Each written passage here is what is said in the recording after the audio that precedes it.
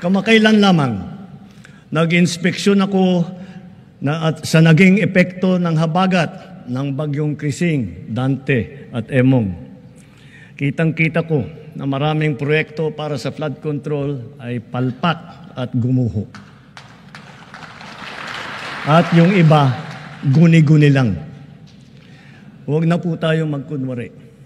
Alam naman ng buong madla na nagkakaraket sa mga proyekto.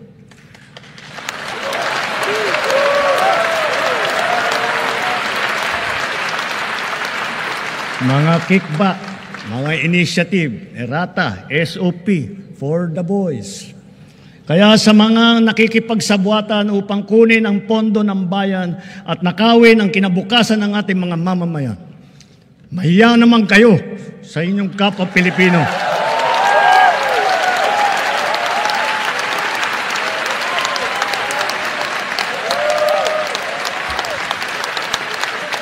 Mahiya naman kayo sa mga kabahayan nating naanod o nalubog sa mga pagbaha.